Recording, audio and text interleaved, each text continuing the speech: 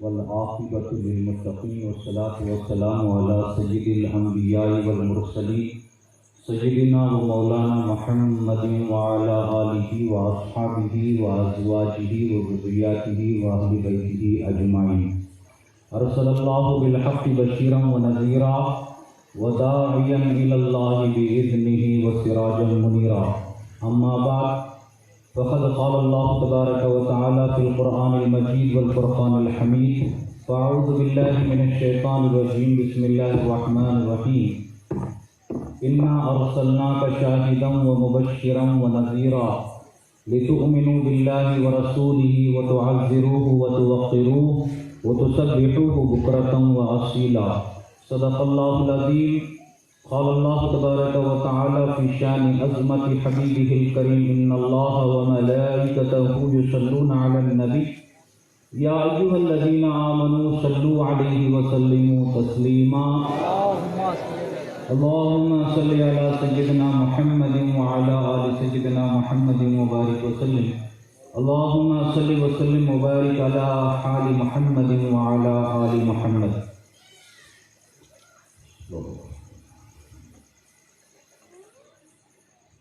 اے ختم رسول مکی مدنی کونین میں تم سا کوئی نہیں۔ اے ختم رسول مکی مدنی کونین میں تم سا کوئی نہیں۔ اے نور مجسم تیرے سوا محبوب خدا کا کوئی نہیں۔ اے نور مجسم تیرے سوا محبوب خدا کا کوئی نہیں۔ اوصاف تو سب نے پائے ہیں پر حسن سراپا کوئی نہیں۔ اوصاف تو سب نے پائے ہیں پر حسن سراپا کوئی نہیں۔ آدم سے جناب عیسیٰ تک سرکار کے جیسا کوئی نہیں۔ آدم سے جناب عیسیٰ تک سرکار کے جیسا کوئی نہیں۔ ہو جائے ایک چشم کرم محشر میں ہماری لاج رہے۔ ہو جائے ایک چشم کرم محشر میں ہماری لاج رہے۔ اے شافی محشر تیرے سوا بخشش کا وسیلہ کوئی نہیں۔ اے شافی محشر تیرے سوا بخشش کا وسیلہ کوئی نہیں۔ ذکر سرکار کی ہیں بڑی برکتیں، ذکر سرکار کی ہیں بڑی برکتیں، مل گئیں راحتیں عظمتیں رفعتیں۔ میں گناہ گار تھا بے عمل تھا مگر، میں گناہ گار تھا بے عمل تھا مگر مصطفیٰ نے مجھے جنتی کر دیا۔ عزیزان ملت اسلامیہ، آئیے بارگاہ رسالت و بارگاہ آل رسالت میں تہ دل سے ایک مرتبہ بلند آواز سے درود شریف کا نذرانہ پیش کر لیں۔ اللہم صلی علی سیدنا محمد وعلی آل سیدنا محمد مبارک وسلم۔ اللہم صلی وسلم وبارک علی حال محمد وعلی آل محمد۔ اسٹیج پر تشریف فرما خطیب اہل سنت سید شاہ یوسف حاجی صاحب قبلہ دامت برکاتہم العالیہ اور میرے بڑے بھائی جان ڈاکٹر و حکیم سید شاہ عارف الدین شمس قادری صاحب قبلہ سجادہ نشین بارگاہ حضرت ستار حاجی رحمۃ اللہ علیہ شبگیری شریف اور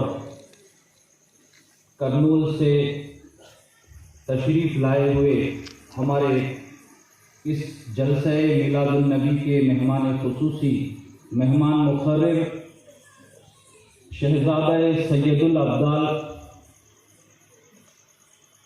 سید شاہ عارف ہاشم عارف باشا قادری صاحب سجادہ نشین بارگاہ لاؤبالی رحمۃ اللہ علیہ اور میرے مخلص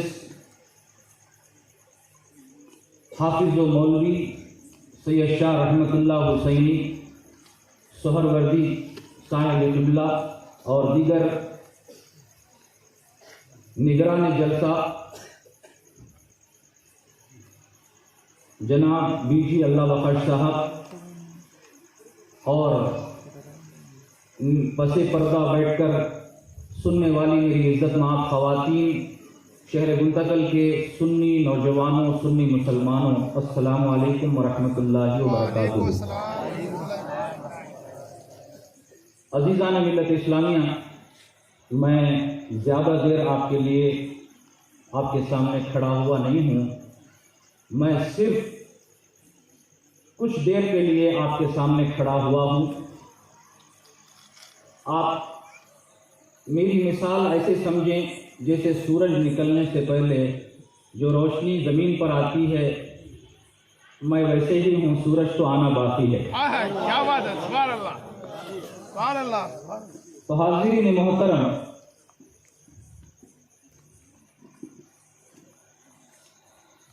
یہ جلسہ بڑی سعادتوں والا جلسہ ہے، بڑی برکتوں والا جلسہ ہے، کیونکہ یہاں ہم اللہ کے رسول کا ذکر کرنے اور سننے کے لیے جمع ہوئے، تو اس کے لیے بھی ایک بہانہ ہونا،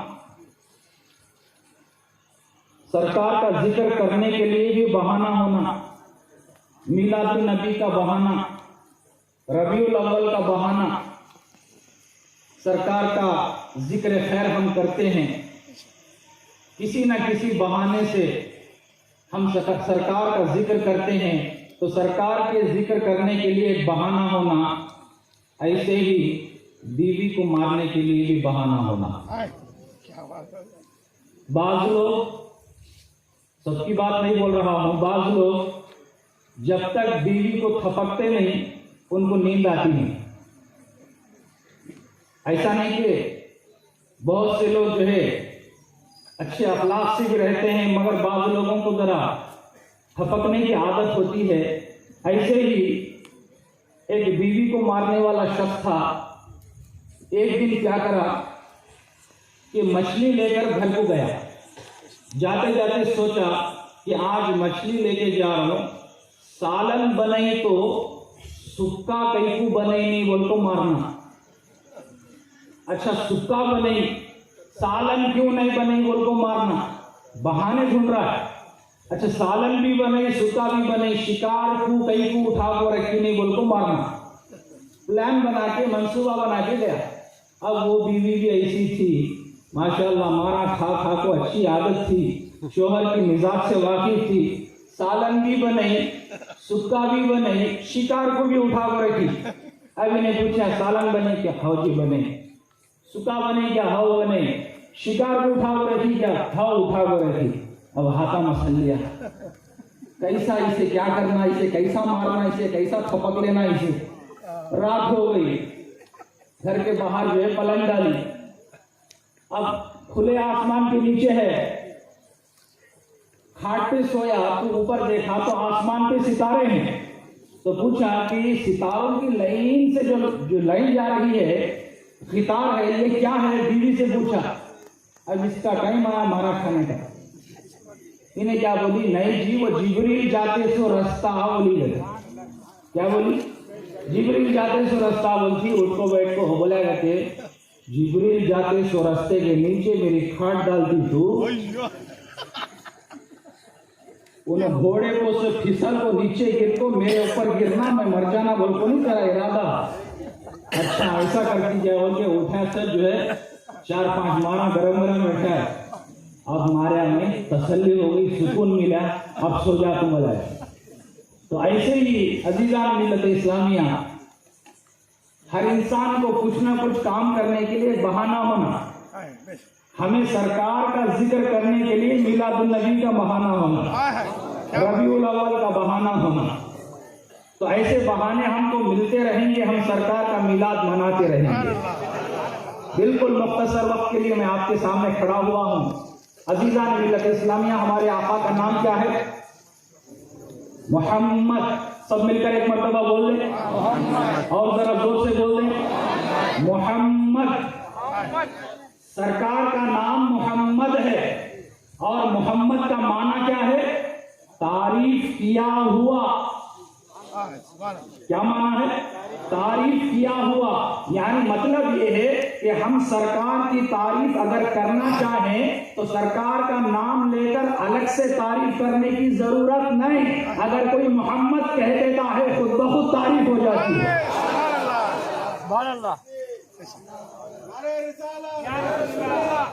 خود بخود تعریف ہو جاتی ہے، تو الگ سے تعریف کرنے کی ضرورت نہیں۔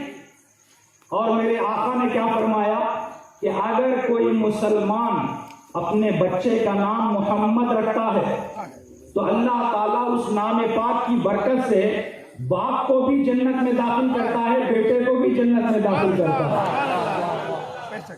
تو اس نام پاک کی برکت ہی ایسی ہے کہ اللہ تعالیٰ جہنم میں نہیں ڈالے گا۔ مگر آپ اس سے یہ نہ سمجھیں کہ نام محمد رکھ لے کے آپ کچھ بھی کر سکتے ہیں، گناہ کر سکتے ہیں، ہر برا کام کر سکتے ہیں، اللہ جنت میں ڈالے گا؟ نہیں، ایسا نہیں۔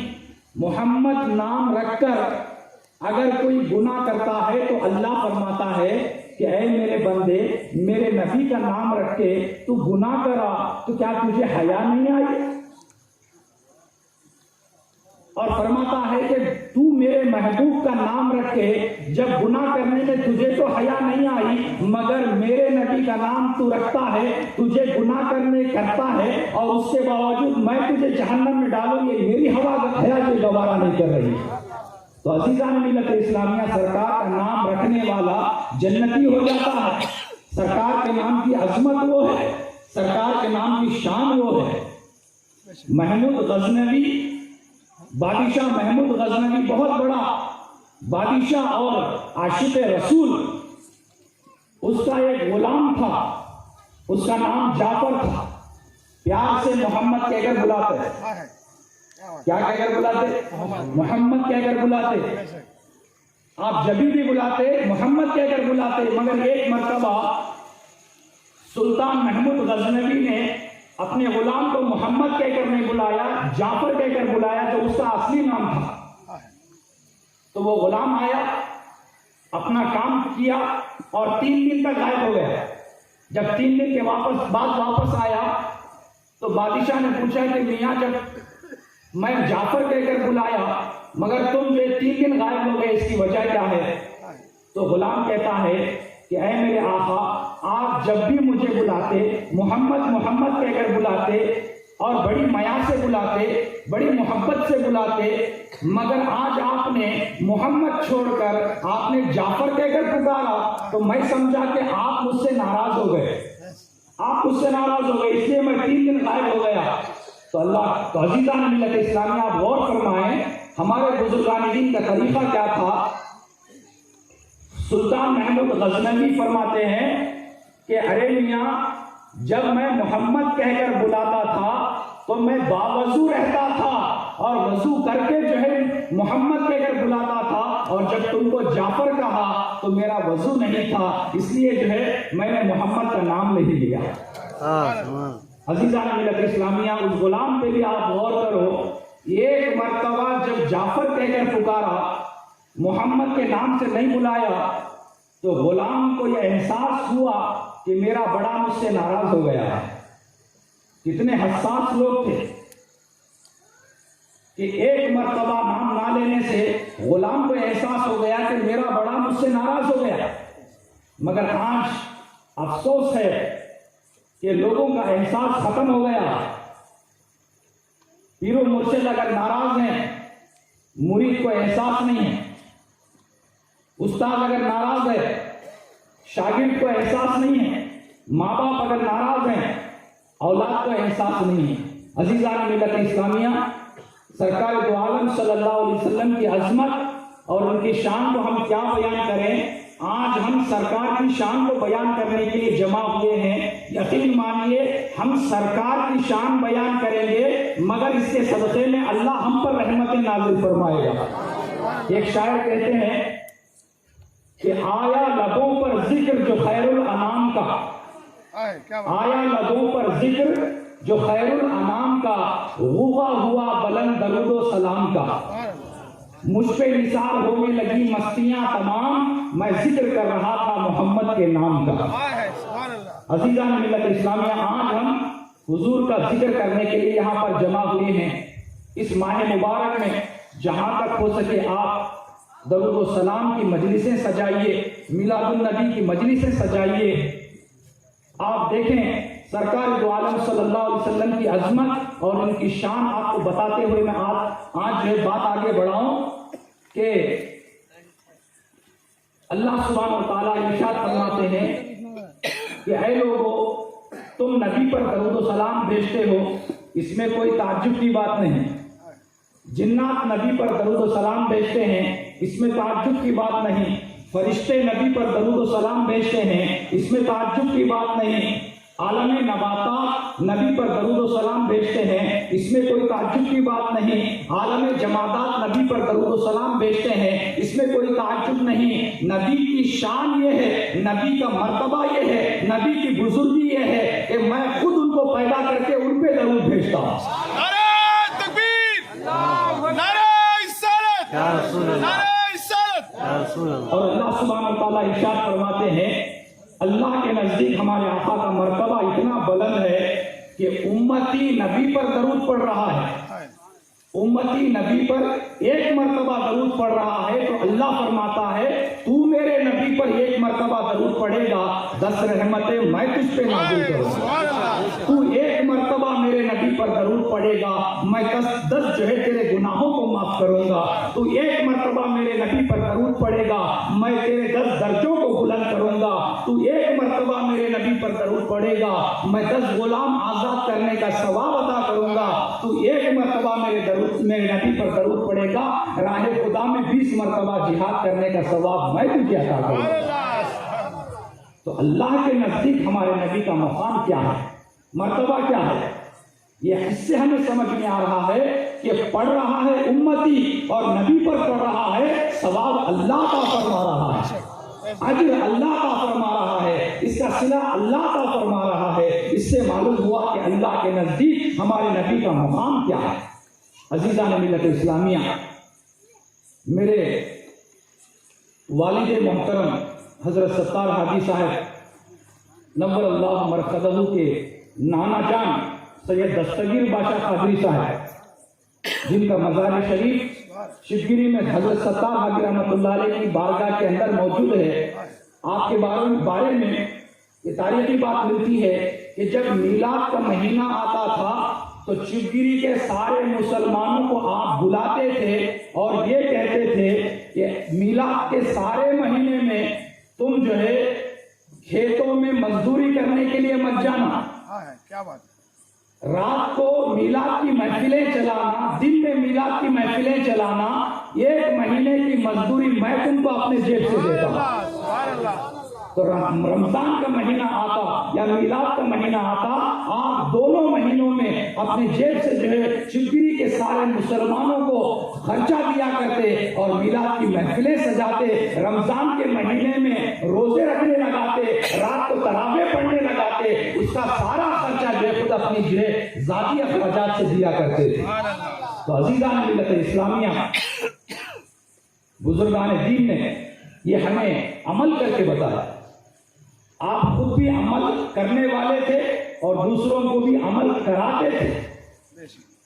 آپ خود بھی باعمل تھے اور دوسروں کو بھی عمل کراتے تھے۔ یہ ہیں بزرگان دین شیوگیری کے، یہ بہت بڑی خدمات ہیں ہمارے علاقے رائل سیما میں۔ آپ کو میں تفصیل کے ساتھ بیان کروں، اس کا وقت نہیں ہے۔ عزیزان ملت اسلامیہ، ہم خود پہلے عمل کرنے والے بن جائیں۔ جب تک ہم خود عمل نہیں کریں گے ہماری زبان میں بھی کوئی اثر نہیں ہوگا، ہمیں دیکھ کر بھی کوئی نہیں سیکھے گا۔ ہمیں دیکھ کر کب سیکھے گا؟ جب ہم خود عمل کرنے والے بن جائیں۔ ایک عورت ایک اللہ کے ولی کے پاس اپنے چھوٹے بچے کو لے کر آئی، آ کر بولی اے اللہ کے ولی، میرا بچہ میٹھا زیادہ کھاتا ہے، آپ اسے نصیحت کیجئے کہ میٹھا کم کھائے، میٹھا کم کھائے۔ تو اللہ کے ولی نے کہا ٹھیک ہے نصیحت کروں گا، 1 ہفتے کے بعد آنا۔ تو 1 ہفتے کے بعد اپنے بچے کو دوبارہ لے کر آئی تو اللہ کے ولی نے اس بچے کو نصیحت کی بیٹا میٹھا کم کھانا۔ تو اس عورت نے کہا آپ یہی بات 1 ہفتہ پہلے بھی بول سکتے تھے، مگر آپ نے ایک ہفتہ کیوں ٹائم لیا؟ تو اللہ کے ولی نے فرمایا کہ جس وقت تو اپنے بچے کو لے کر میرے پاس آئی تھی اور بولی کہ بیٹے کو نصیحت کرے کہ میٹھا کم کھائے، میں اس وقت نصیحت کیسے کر سکتا تھا کیونکہ میں خود میٹھا کھاتا تھا، میں خود میٹھا کھاتا تھا۔ تو میں نے سوچا پہلے خود عمل کروں، پہلے خود میٹھے سے پرہیز کروں، جب پرہیز کروں گا تو نصیحت کرنے میں زبان میں اثر بھی آ جائے گا، اس لیے ایک ہفتے تک میں نے میٹھا کھانا چھوڑ دیا، بعد میں تیرے بیٹے کو میں نے نصیحت کی۔ تو عزیزان ملت اسلامیہ، دوسروں تک جو ہے بات ہماری کب پہنچے گی، اثر انداز کب ہوگی کہ ہم خود پہلے عمل کرنے والے ہو جائیں۔ تو اس میں جو ہے ہم جب بولیں گے تو جو ہے ہماری زبان میں اثر پیدا ہوگا، ہم پہلے نماز پڑھیں گے، جب دوسروں کو بولیں گے زبان میں اثر پیدا ہوگا، ہم پہلے سچ بولنے کی عادت پیدا کریں گے، بعد میں لوگوں کی سچائی کی تلقین کریں گے، تب ہماری زبان میں اثر پیدا ہوگا۔ پہلے جھوٹ سے پرہیز کریں گے، بعد میں لوگوں کو جھوٹ سے بچنے کی بات کریں گے تو لوگ جھوٹ سے بچیں گے۔ روزہ ہم پہلے رکھیں، بعد میں جو ہے لوگوں کو نصیحت کریں، نصیحت کرنے کی بھی ضرورت نہیں ہے، ہم خود باعمل ہو جائیں، لوگ ہمیں دیکھ کر سیکھ لیں۔ عزیزان ملت اسلامیہ، آج کیا ہے، کوئی مرشد، کوئی پیر اگر ایسا ہے شریعت کا پابند ہے، 5 وقت کی نمازیں پڑھ رہا ہے، رمضان کے روزے رکھتا ہے، جھوٹ سے پرہیز کرتا ہے، سچ بولنے کی عادت ہے، مکمل طور پر پابند شریعت ہے، آج کے زمانے میں لوگوں کا خیال ایسا ہے کہ ایسا پیر نہیں ہونا، ایسا مرشد نہیں ہونا جو روزوں کا پابند ہے، نماز کا پابند ہے، سچ بولنے کا عادی ہے، جھوٹ سے پرہیز کرتا ہے، ایسا مرشد نہیں ہونا۔ آج کے زمانے میں ماحول یہ ہے کہ مرشد بولے تو کرامت بتانا، مرشد بولے تو کرامت بتانا، کرامت بتائے تو مرشد، ورنہ آل نبی ہو، اولاد علی ہو، عالم دین ہو، مفتی زمان ہو، حافظ قرآن ہو، کچھ بھی ہو، اس کی پرواہ نہیں کریں گے، ایک کرامت بتا دیا وہی مرشد۔ عزیزان ملت اسلامیہ، حالانکہ اسلام کی تعلیم یہ نہیں ہے کہ کرامت دیکھ کر آپ مرید بنے۔ میرے غوث پاک فرماتے ہیں، محبوب سبحانی فرماتے ہیں، خطب ربانی فرماتے ہیں، معشوق یزدانی فرماتے ہیں، قندیل نورانی فرماتے ہیں، شہباز لامکانی فرماتے ہیں، صاحب الاشارات والمعانی فرماتے ہیں، ہیکل نورانی فرماتے ہیں، غوث السمدانی فرماتے ہیں، غوث پاک پیران پیر روشن ضمیر فرماتے ہیں کہ 5 چیزوں کو دیکھ کر مرید بنو۔ نعرہ تکبیر، نعرہ رسالت، نعرہ رسالت۔ 5 چیزوں کو دیکھ کر مرید بنو۔ میرے غوث پاک فرماتے ہیں پہلی چیز مرشد میں ہونا ہے کہ وہ سجد و سادات ہو، آل رسول ہو، اولاد علی ہو۔ دوسری چیز جو ہے مشکات المصابیح تک احادیث جانتا ہو۔ تیسری چیز مسئلے مسائل کا جاننے والا ہو۔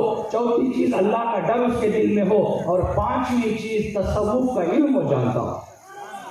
یہ 5 چیزیں جس مرشد کے اندر ہیں، غوث پاک فرماتے ہیں اس کے ہاتھ میں آنکھ بند کر کے ہاتھ دے دو، اس کا دامن آنکھ بند کر کے پکڑ لو، جس کے اندر یہ 5 شرائط پائے جائیں۔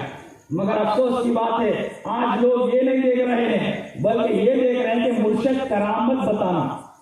ایک ایسا ہی شخص ایک اللہ کے ولی کے پاس آیا اور دل میں یہ منت کر کے آیا کہ میں جب تک کرامت نہیں دیکھوں گا مرید نہیں بنوں گا۔ یہ ایک منت لے کر آیا، 8 دن رہا، 1 ہفتہ رہا، مگر اللہ کے ولی 5 وقت کی نمازیں پڑھتے، روزے رکھتے، شریعت کے پابند تھے، مگر یہ 8 دنوں میں آپ سے کوئی کرامت ظاہر نہیں ہوئی۔ تو وہ جانے لگا تو آپ نے اپنے مرید کو بلا کر پوچھا کہ میاں 8 دن سے میرے ساتھ تھے، آج جا رہے ہو، کیوں جا رہے ہو؟ تو اس نے کہا میں یہ منت لے کر آیا تھا کہ آپ کی کرامت دیکھ کر مرید بنوں گا، مگر 8 دن ہو گئے آپ کی کوئی کرامت نہیں دیکھا، آپ سے کوئی جو ہے کرامت جو ہے مجھے نظر نہیں آئی، اس لیے میں جا رہا ہوں۔ تو بزرگ نے فرمایا تو میرے پاس مرید نہ بنتا نہ صحیح، مگر ایک بات کا جواب دیتا جاتے جاتے آپ نے فرمایا کبھی فجر چھوڑتے ہوئے مجھے دیکھا ہے؟ کبھی ظہر چھوڑتے ہوئے دیکھا ہے، کبھی عصر کی نماز چھوڑتے دیکھا، کبھی مغرب عشاء چھوڑتے دیکھا، کبھی روزے قضا کرتے دیکھا، کبھی جھوٹ بولتے دیکھا، کبھی جو ہے سچائی سے منہ موڑتے دیکھا، شریعت کے احکام سے ہٹ کر زندگی گزارتا ہوا مجھے دیکھا۔ تو اس نے کہا نہیں، میں نے 8 دن بھی آپ کو شریعت کا پابند دیکھا۔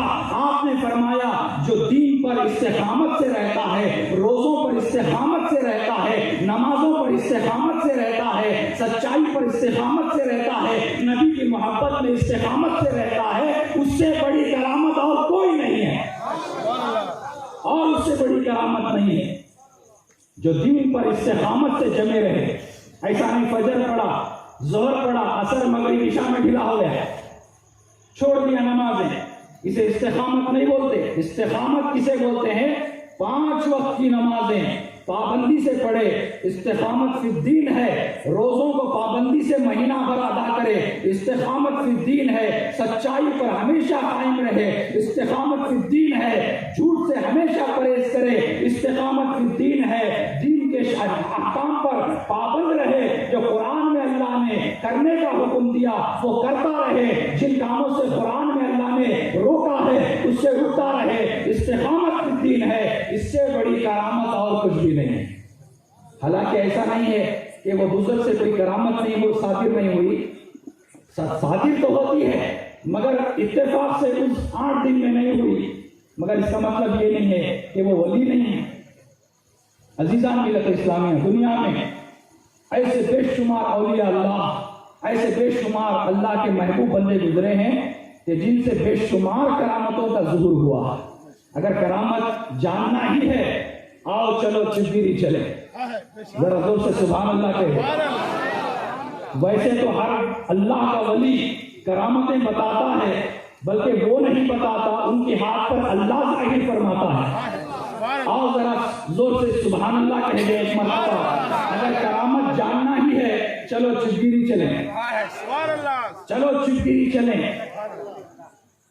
کرامت کا خزانہ ملے گا آپ کو چشگیری میں، کرامتوں کا خزانہ ملے گا۔ ذرا زور سے ہاتھ اٹھا کر سبحان اللہ کہہ دیں، اور ذرا زور سے کہہ دیں۔ چشگیری شریف میں بڑے بڑے شاعر گزرے ہیں۔ سیدنا حسین قادری المعروف حضرت بڑے شامیہ صاحب فرماتے ہیں، حضرت سید شاہ عبدالستار حاجی قادری رحمۃ اللہ علیہ کی شان میں آپ فرماتے ہیں کہ مصطفیٰ کا دلارا چلو چشگیری میں ہے، مصطفیٰ کا دلارا چلو چشگیری میں ہے، غوث اعظم کا پیارا چلو چشگیری میں ہے، غوث اعظم کا پیارا چلو چشگیری میں ہے۔ محبو آؤ درگاہ ستار حاجی چلیں، سب کی آنکھوں کا تارا چلو چشگیری میں ہے، سب کی آنکھوں کا تارا چلو چشگیری میں ہے۔ ہادیوں کے ہادی ہیں ستار ہادی، ہادیوں کے ہادی ہیں ستار ہادی، ذرا زور سے مل کے کہہ دیں، ہادیوں کے ہادی ہیں، ہادیوں کے ہادی ہیں ستار ہادی۔ سیدوں کا اجالا چلو چشگیری میں ہے، سیدوں کا اجالا چلو چشگیری میں ہے۔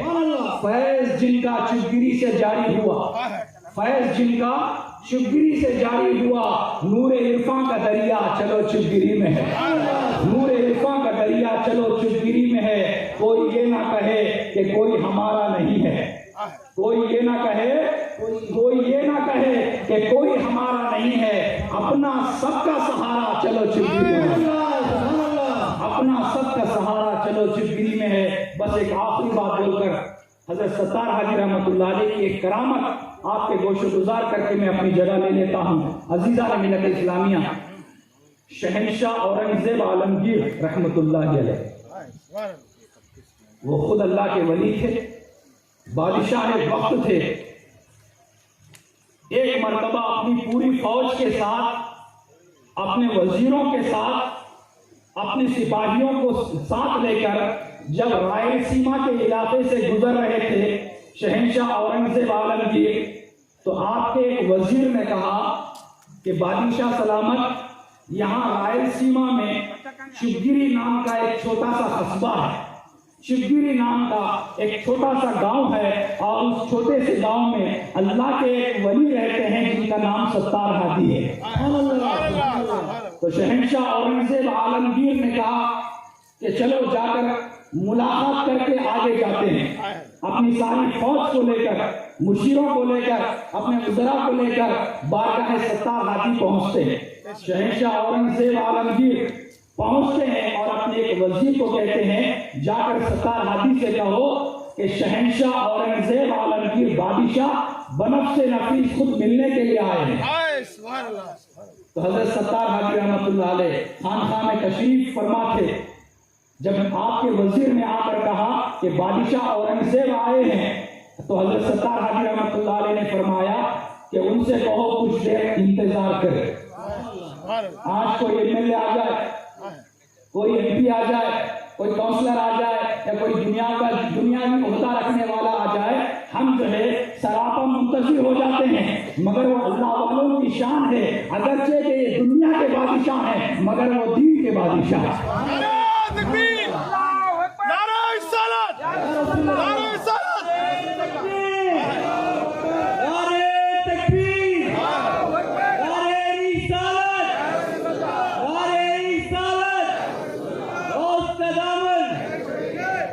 تو وزیر سے حضرت ستار ہادی رحمۃ اللہ علیہ نے فرمایا کچھ دیر کہو، شہنشاہ اورنگزیب کو انتظار کرے۔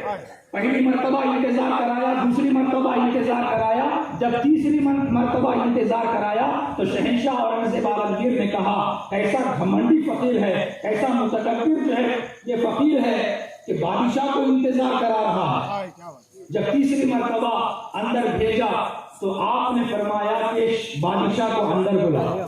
جب شہنشاہ اورنگزیب اندر گئے، حاجی رحمۃ اللہ علیہ فرماتے ہیں کہ اے بادشاہ، آپ نے خیال کیا اپنے دل میں کہ میں گھمنڈی ہوں، میں متکبر ہوں؟ آپ روشن ضمیر تھے، دلوں کے حال سے واقف تھے۔ آپ نے فرمایا اے شہنشاہ اورنگزیب عالمگیر، کیا تم نے خیال کیا کہ میں گھمنڈی ہوں، میں متکبر ہوں، میں مغرور ہوں؟ ارے ایسی بات نہیں ہے۔ جب آپ ملاقات کے لیے میرے پاس آئے تو اس وقت مجھے شدید بخار تھا، جاڑے کا بخار تھا، اور میں اس بخار سے کانپ رہا تھا۔ تو پہلی مرتبہ میں نے کہا کہ تکلیف کی وجہ سے انتظار کریں، دوسری مرتبہ جب آپ کا وزیر آیا تو میں نے کہا انتظار کریں کیونکہ تکلیف تھی، میں کانپ رہا تھا بخار کی وجہ سے۔ جب تیسری مرتبہ اصرار کیا گیا تو مجبوراً کیا ہے میں اندر آپ کو بلانا پڑا۔ تو آپ شہنشاہ اورنگزیب عالمگیر جب بارگاہ ستار ہادی میں پہنچے تو دیکھا کہ حضرت ستار ہادی رحمۃ اللہ علیہ شبگیری شریف میں اپنی خانقاہ میں بیٹھے ہوئے ہیں، اور ان کے بازو جو ان کی شال تھی، جو چادر تھی، وہ بازو پڑی ہوئی تھی اور وہ اچھل رہی تھی۔ بادشاہ اورنگزیب عالمگیر نے حضرت ستار ہادی رحمۃ اللہ علیہ کو دیکھا اور آپ کے بازو جو شال اچھل رہی تھی اس شال کو دیکھا کہ شال کیوں اچھل رہی ہے، آپ کی چادر کیوں اچھل رہی ہے۔ آپ پوچھتے ہیں اے اللہ کے ولی، یہ چادر جو جس میں کوئی جان نہیں ہے، جس میں کوئی دم نہیں ہے، جس میں کوئی حرکت نہیں ہے، ہوتی نہیں ہے، مگر کیا ہے؟ تو حضرت ستار ہادی رحمۃ اللہ علیہ فرماتے ہیں کہ اے بادشاہ اورنگزیب عالمگیر، جب آپ میرے بارگاہ میں آئے تو مجھے بخار تھا اور میں اس بخار کی وجہ سے کانپ رہا تھا، اچھل رہا تھا۔ جب آپ نے ملنے کا اصرار مجھ سے زیادہ کیا تو تھوڑی دیر کے لیے میں نے اپنا بخار اپنی چادر کو دے دیا۔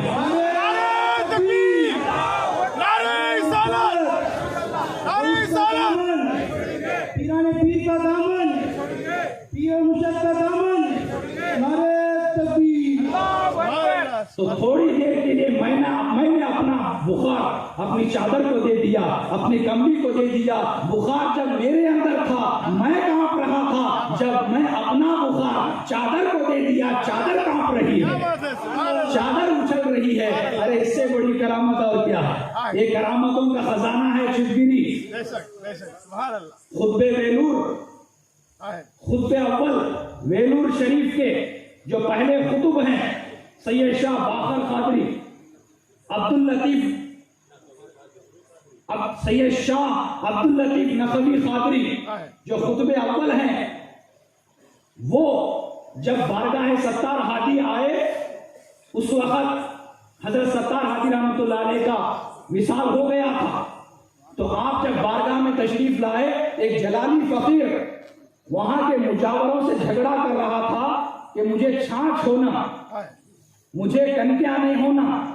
تو خطب ویلور میں بارگاہ ستار ہادی میں ستار ہادی رحمۃ اللہ علیہ کی شان میں یہ شعر فرمایا کہ ستار کی بارگاہ میں آیا مسافر سانجھ کو، ستار کی بارگاہ میں آیا مسافر سانجھ کو، ارے کنکیا ملے تو شکر کر، تکرار نہ کر چھانچ کو.